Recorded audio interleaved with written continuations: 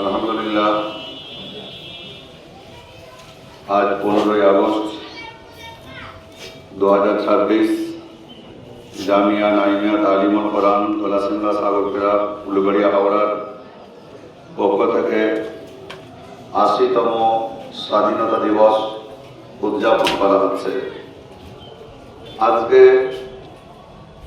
যারা এই স্বাধীনতায় অংশগ্রহণ করেছিলেন, যারা কোরবানি দিয়েছিলেন, যারা ত্যাগ দিয়েছিলেন, আত্মবলিদান করেছিলেন, শাহাদত বরণ করেছিলেন, ইংরেজদের সঙ্গে লড়াই করে প্রাণ দিয়েছিলেন, তাদেরকে জামিয়া নাইমিয়া তালিমুল কোরআনের আসাতিজা এবং তোলাবা এবং পুরো মুসলিম সমাজ তথা ভারতবাসীর পক্ষ থেকে তাদেরকে সম্মান এবং শ্রদ্ধা জানাচ্ছি, তাদের আত্মার শান্তি কামনা করছি। যারা আমরা জামিয়ার পক্ষ থেকে এই স্বাধীনতা দিবস উদযাপন করার জন্য উপস্থিত হয়েছি, মূল্যবান সময় দিয়েছি, মাদ্রাসার সমস্ত আসাতিজা, মাদ্রাসার কমিটিবৃন্দ এবং ছাত্র ভাইদের সকলকে আন্তরিক অভিনন্দন জানাচ্ছি। আমরা স্বাধীনতার ইতিহাস পড়েছি। স্বাধীনতা কবে থেকে আরম্ভ হয়েছিল এর মূল তথ্য কিন্তু আমাদের ভারতবর্ষের ইতিহাসে লেখা হয়নি, আর ভারতের মানুষকে জানতে দেওয়া হয়নি।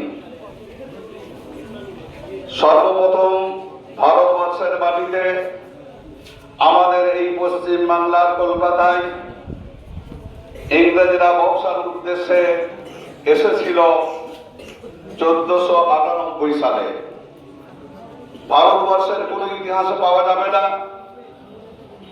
সিলেবাস মুক্ত নয়, কেউ আমরা জানতে পারি না। আমরা যদি অন্য ইতিহাস পড়ি, সত্য ইতিহাস পড়ি, ওলামাদের লেখা ইতিহাস যদি পড়ি, তাহলে আমরা বুঝতে পারবো যে ভারতবর্ষে সর্বপ্রথম 1498 সালে ইংরেজরা ব্যবসার উদ্দেশ্যে কলকাতায় উপস্থিত হয়েছিল। এই খবর যখন পৌঁছালো, বিশ্ববিখ্যাত বুজুর্গ মুজাদ্দিদ আলফি সানি রহমতুল্লাহ আলাইহি সারহিন্দে যিনি বসবাস করতেন, তিনি সর্বপ্রথম বিরোধিতা করেছিলেন, জনগণকে, ভারতবাসীকে, মানুষকে সাবধান এবং সতর্ক করেছিলেন। ভারতবর্ষের কোন মানুষের দিল দিমাগের মধ্যে, মাথার মধ্যে, চিন্তার মধ্যে এই কথা আসেনি। তারা ভেবেছিল ইংরেজ ব্যবসার জন্য এসেছে, দেশের উন্নতি হবে, জাতির উন্নতি হবে, সমাজের উন্নতি হবে, এটা ভারতবাসীরা ভেবেছিল।